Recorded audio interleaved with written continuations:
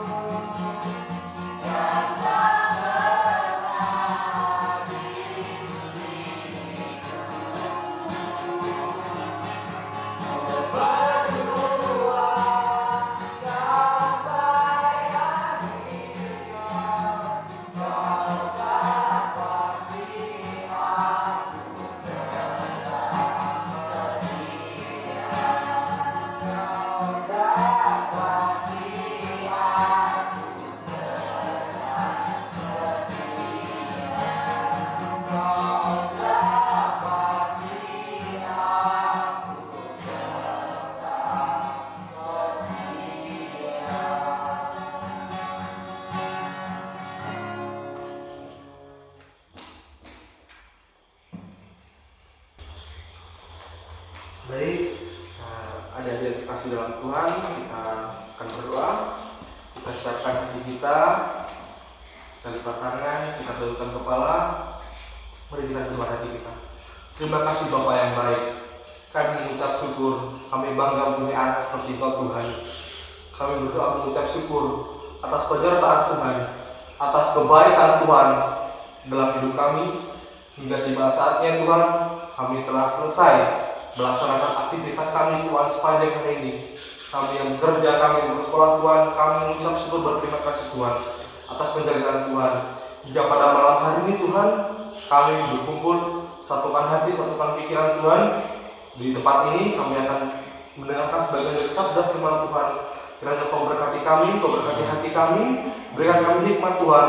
Biarlah apa yang firman Tuhan datang kepada kami pada malam hari ini bisa kami resapi dan bisa kami aplikasikan dalam kehidupan kami sehari-hari Tuhan. Kau juga memberkati hamba Tuhan yang akan menyampaikan sabda kebenaran firman Tuhan. Biarlah Kau berkati juga bibir mulut hamba Tuhan yang akan menyampaikan firman-Mu. Biarlah apa yang hamba perkatakan pada malam hari ini bisa menjadi berkat buat anakku di tempat ini Tuhan. Berikan hamba hikmat Tuhan, hamba bukan siapa-siapa tanpa Tuhan. Terima kasih Bapak, terima kasih kami telah selesai berdoa dan mengucapkan syukur. Dan di dalam nama Tuhan Yesus, mari kita yang percaya sama-sama katakan amin. Shalom. Shalom. Apa kabar adik-adik? Luar biasa. Kok lemes? Apa kabar adik-adik? Luar biasa. Kurang kompak. Apa kabar? Luar biasa. Baik, mulai Bapak. Baik, tema yang datang kepada kita pada malam hari ini adalah roh dan daging. Apakah ada yang paham apa itu roh, apa itu daging? Mungkin di gerejanya pernah disampaikan apa itu roh, apa itu daging? Belum ada ya? Baik, secara alkitabiah daging itu melambangkan kelemahan manusia. Daging secara alkitabiah itu melambangkan kelemahan manusia. Mari kita buka sama-sama kita di Galatia 5.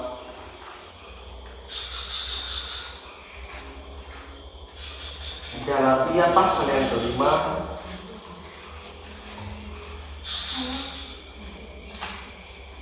ayat yang ke-19 dan 20. Pasal 5. Galatia pasal yang kelima ayat yang ke-19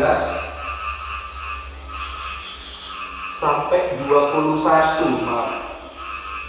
Sudah dapat? Galatia itu di perjanjian baru, tulisannya itu gal. Gal.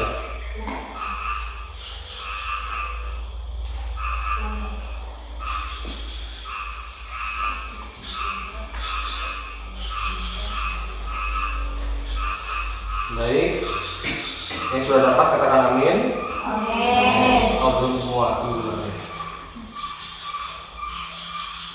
Galatia pasal yang kelima, ayat yang ke-19 sampai ke-21. Baik, sudah dapat? Kita baca bersama-sama 1, 2, 3. Perbuatan daging telah nyata, yaitu percabulan, kecemaran, hawa nafsu, penyembahan berhala, sihir, perseteruan, perselisihan, iri hati, amarah, kepentingan diri sendiri, perkejiran, roh pemecah, kedengkian, kemabukan, pesta pora, dan sebagainya. Terhadap semuanya itu, kuperingatkan kamu seperti yang telah kubuat dahulu, bahwa barang siapa yang melakukan hal demikian, ia tidak akan mendapat bagian dalam kerajaan Allah. Amin. Jadi ada yang sudah tahu apa itu daging? Ya. Jadi secara garis besar, secara alkitabiah, daging itu melambangkan sebuah kelemahan manusia. Bahwa kebanyakan ya kita dalam berbuat dosa, pokok dan sebagainya itu pasti itu adalah keinginan daging. Nah, daging sudah, dan apa itu roh? Ada yang tahu roh itu apa? Jadi roh itu yang memerdekakan kita dalam Kristus. Baik kita sama-sama buka di Roma pasal 8 RM, tulisannya RM. Roma pasal yang ke-8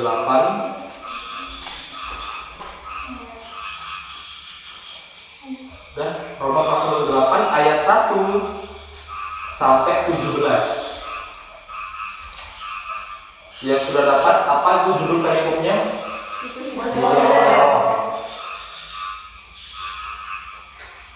Sudah dapat? Amin. Nah, berhubung ini ayatnya agak banyak, kita baca bergantian dari 1, 2, 3, 4 dan seterusnya. Oke, silakan. Gimana? Roma pasal 8 ayat yang pertama. Demikianlah sekarang tidak ada penghukuman bagi mereka yang ada di dalam Kristus Yesus. Roh yang memberi hidup telah memerdekakan kamu dalam Kristus dari hukum dosa dan hukum Taurat. Ayat ketiga, sebab apa yang tidak mungkin dilakukan hukum Taurat karena tak berdaya oleh daging, telah dilakukan oleh Allah dengan jalan mengutus anaknya sendiri dalam daging, yang serupa dengan daging yang dikuasai dosa karena dosa, ia telah menjatuhkan hukuman atas dosa di dalam daging. Ayat yang keempat, supaya tuntunan hukum Taurat digenapi di dalam kita yang tidak hidup menurut daging tetapi menurut roh.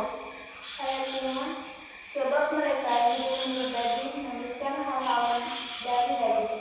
Mereka yang hidup menurut roh melanjutkan hal-hal yang dari roh. Ayat yang ke-6, karena keinginan daging adalah maut, tetapi keinginan roh adalah hidup dan damai sejahtera. Ayat yang ke-7, sebab keinginan dari daging adalah perseteruan terhadap Allah karena ia tidak takut kepada hukum Allah. Hal ini memang tidak mungkin baginya. Ayat yang ke-8, mereka yang hidup dalam daging tidak mungkin berkenan kepada Allah. Ayat yang ke-9, tetapi kamu tidak hidup dalam daging, melainkan dalam roh. Jika memang roh Allah diam di dalam kamu, tetapi jika orang tidak memiliki roh Kristus, ia bukan milik Kristus. Ayat yang ke-10, tetapi jika Kristus ada di dalam kamu, maka tubuh memang mati karena dosa, tetapi roh adalah kehidupan oleh karena Tuhan.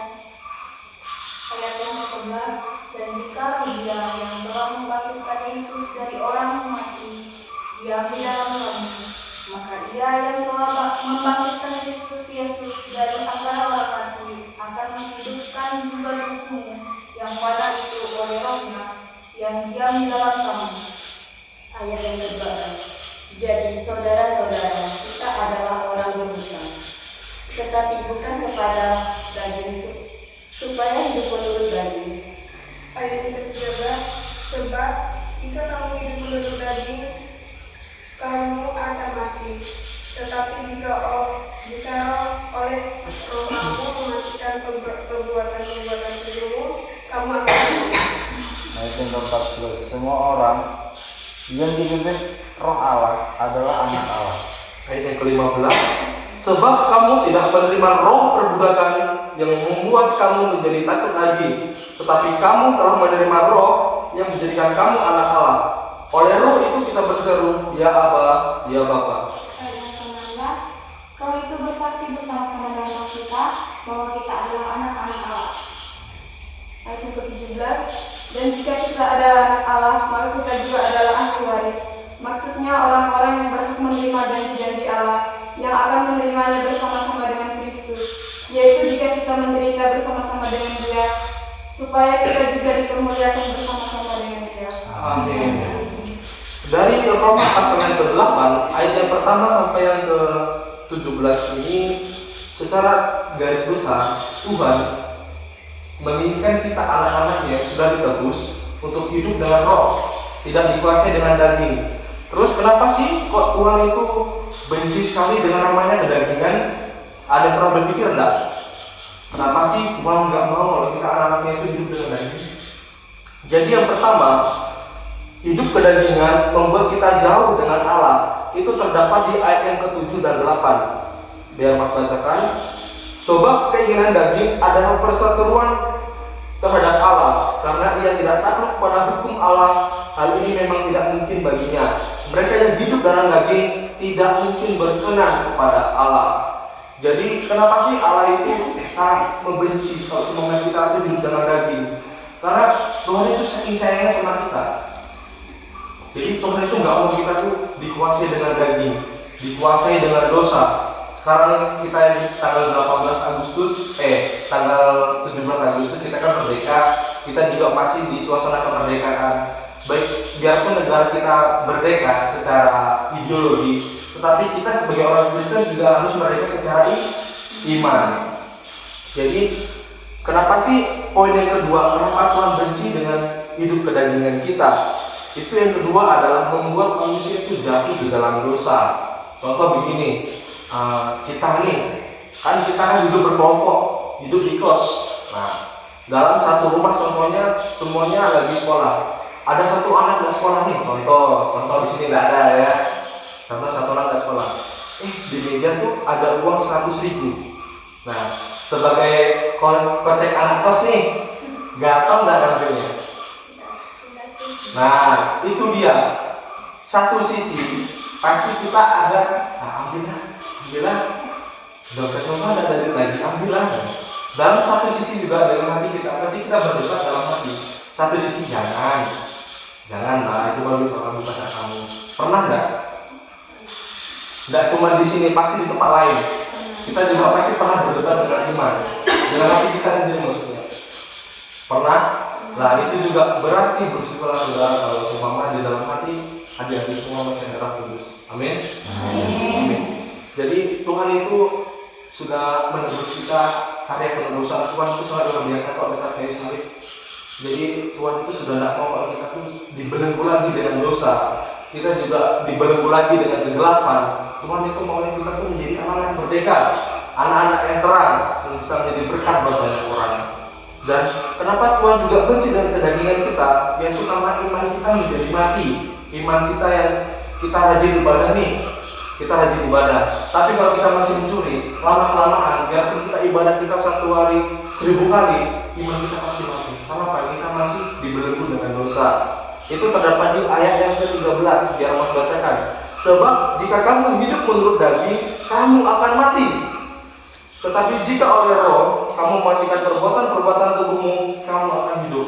Mati dan hidup di sini bukan secara jasmani, tetapi secara rohani. Amin. Bisa dimengerti? Oke. Dan kita sudah tahu nih kenapa Tuhan sangat tidak suka kalau kita itu anak-anaknya hidup dikuasai oleh kedagingan. Kita sudah tahu. Lalu apa yang harus kita lakukan sebagai anak-anak Tuhan? Anak-anak yang percaya kepada Yesus itu yang pertama, yang pasti meninggalkan kedagingan. Kita yang sekiranya di kampung nih suka mencuri, kita yang suka gosip, kita yang suka mencemooh, yang suka olok, nah kita tinggalkan pelan-pelan. Terutama kita di sini yang anak-anak kos ya, anak-anak tempat ini, anak-anak ya bisa dibilang ahli rohani masjid ini. Kita dari berbagai macam daerah, kita juga dari berbagai macam suku. Kita berbaulah menyatu di sini, jangan sampai ada perselisihan, perseteruan, apalagi sampai perkelahian. Karena kita kan negara kita semboyannya apa? Bineka Tunggal. Haleluya. Lalu yang kedua, bagaimana apa yang harus kita lakukan sebagai anak Tuhan? Itu yang kedua adalah hiduplah dengan Roh. Hidup dengan Roh itu berarti kita mengaplikasikan buah Roh. Ada yang pernah dengar buah Roh? Buah Roh? Ada yang tahu apa itu 9? Apa aja 9 buah Roh? Yang tahu Mas kasih 100.000. 9 buah Roh. Hanya anak rohani. Ada rohani. Hanya 9 buah Roh. Ada yang tahu? Mari kita buka di Galatia. Kita buka di Galatia pasal yang ke-5.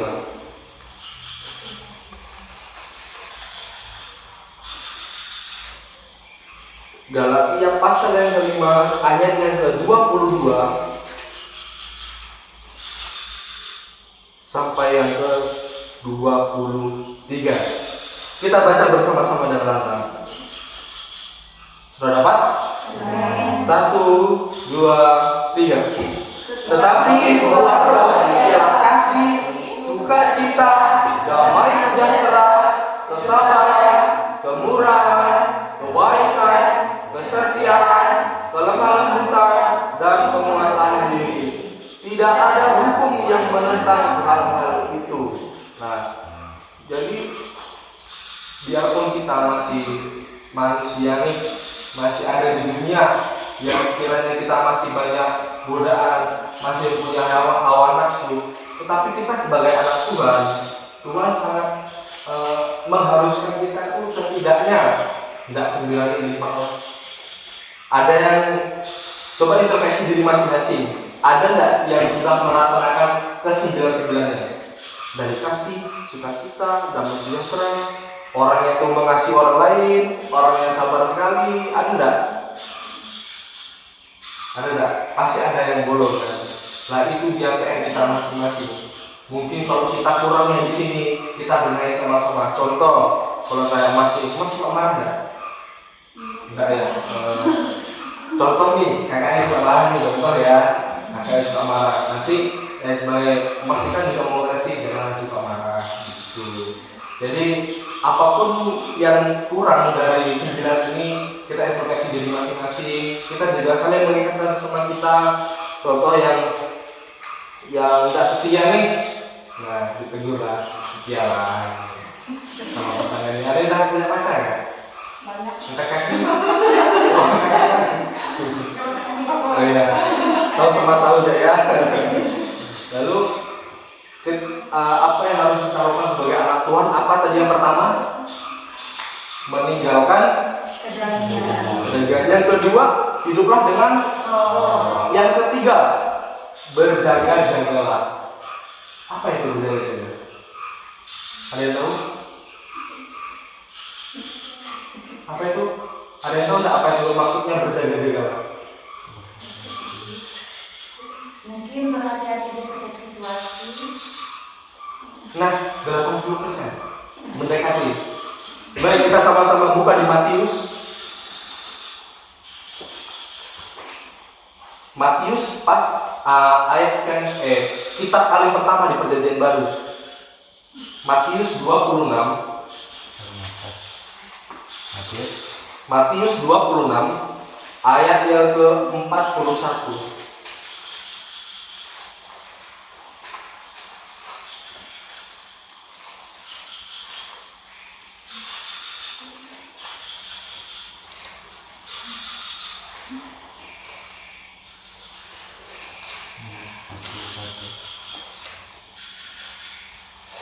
Amin. Amin.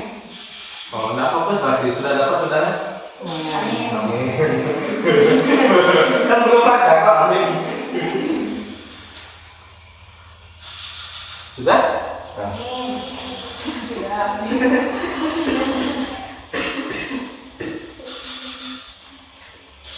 Oh, nampaknya baca kitab nih. Sudah dapat ya? Dah. Baik, sudah dapat semuanya? Aduh lemas, sudah dapat semuanya? Amin. Kita baca sama-sama. 1, 2, 3. Berjaga-jagalah dan berdoalah supaya kamu jangan jatuh ke dalam pencobaan. Roh memang penurut, tetapi nah, maksudnya berjaga-jaga di sini adalah contoh nih dari ke-9 buah roh tadi kita sudah berusaha melakukan. Tapi contoh, kawan ada yang masih emosi nih. Kita sebagai orang yang gampang-gampang digoyang-goyang itu bisa marah lagi enggak? Pasti bisa. Itulah maksud dari Matius pasal yang ke-26 ini, berjaga-jagalah dan berdoalah supaya kamu jangan jatuh ke dalam pencobaan. Roh memang penurut, tetapi daging itu lemah. Daging itu lemah itu maksudnya gini deh, kayak kita itu gampang dihasut, kita gampang digoyangkan. Contoh nih, kita tidak mau nyontek, kita sudah komitmen sama diri kita tidak mau nyontek. Kita Tapi ada kawan yang anilah punya aku tidak 100 nih, nggak mau nyontek. Pasti dalam satu sisi nyontek nggak ya? Nyontek nggak ya? Nggak nyontek. Aku pusing. Nanti kalau nyontek dosa. Kan gitu. Nah, itulah selama kita masih dunia, kita masih pasti banyak sekali mengalami pencobaan-pencobaan. Baik, ada yang dipahami dari firman Tuhan pada malam hari ini?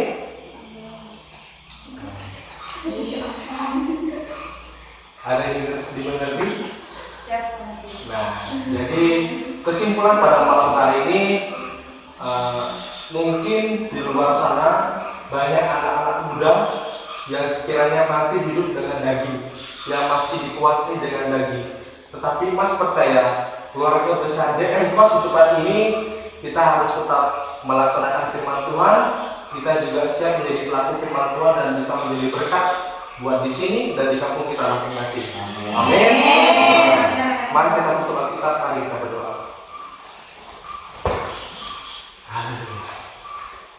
Bapa kami yang baik, kami mengucap syukur Tuhan atas kebaikan Tuhan, penyertaan Tuhan kepada kami. Kami telah mendengarkan sebagian dari sabda kebenaran firman Tuhan. Biarlah firman itu bisa bertumbuh dalam hati kami Tuhan, hingga kami bisa menjadi pelaku firman-Mu, dan kami bisa menjadi berkat buat orang-orang tua kami, dan bisa menjadi berkat juga buat orang-orang sekitar kami Tuhan, agar kami bisa menjadi generasi Kristus yang takut akan Tuhan. Tuhan, siapkan hati kami Tuhan, kami yang mungkin mempunyai pergumulan Tuhan dengan orang tua, dengan apapun Tuhan, kami berdoa Tuhan, kuatkan kami, berikan kami hikmat Tuhan, berkati juga orang tua kami yang di kampung, berkati pekerjaan mereka, berkati kesehatan mereka, biarlah mereka, apapun yang mereka kerjakan, bisa menyenangkan hati Tuhan, dan tidak membuat Tuhan terluka Tuhan. Terima kasih Bapak. Kau berkati juga kami yang belajar di tempat ini, kami yang masih bersekolah, kiranya Kau urapi kami, Kau berikan kami hikmat Tuhan, biarlah apa yang kami dapat selama pembelajaran Tuhan bisa kami aplikasikan dan bisa menjadi bekal kami Tuhan sebagai anak Tuhan dalam masa depan yang penuh harapan Tuhan. Bapak, inilah doa kami Tuhan, ke dalam tangan-Mu kami mengucap syukur dan kami telah berdoa Tuhan. Hanya di dalam nama Tuhan Yesus kami telah berdoa dan mengucapkan syukur. Haleluya. Amin.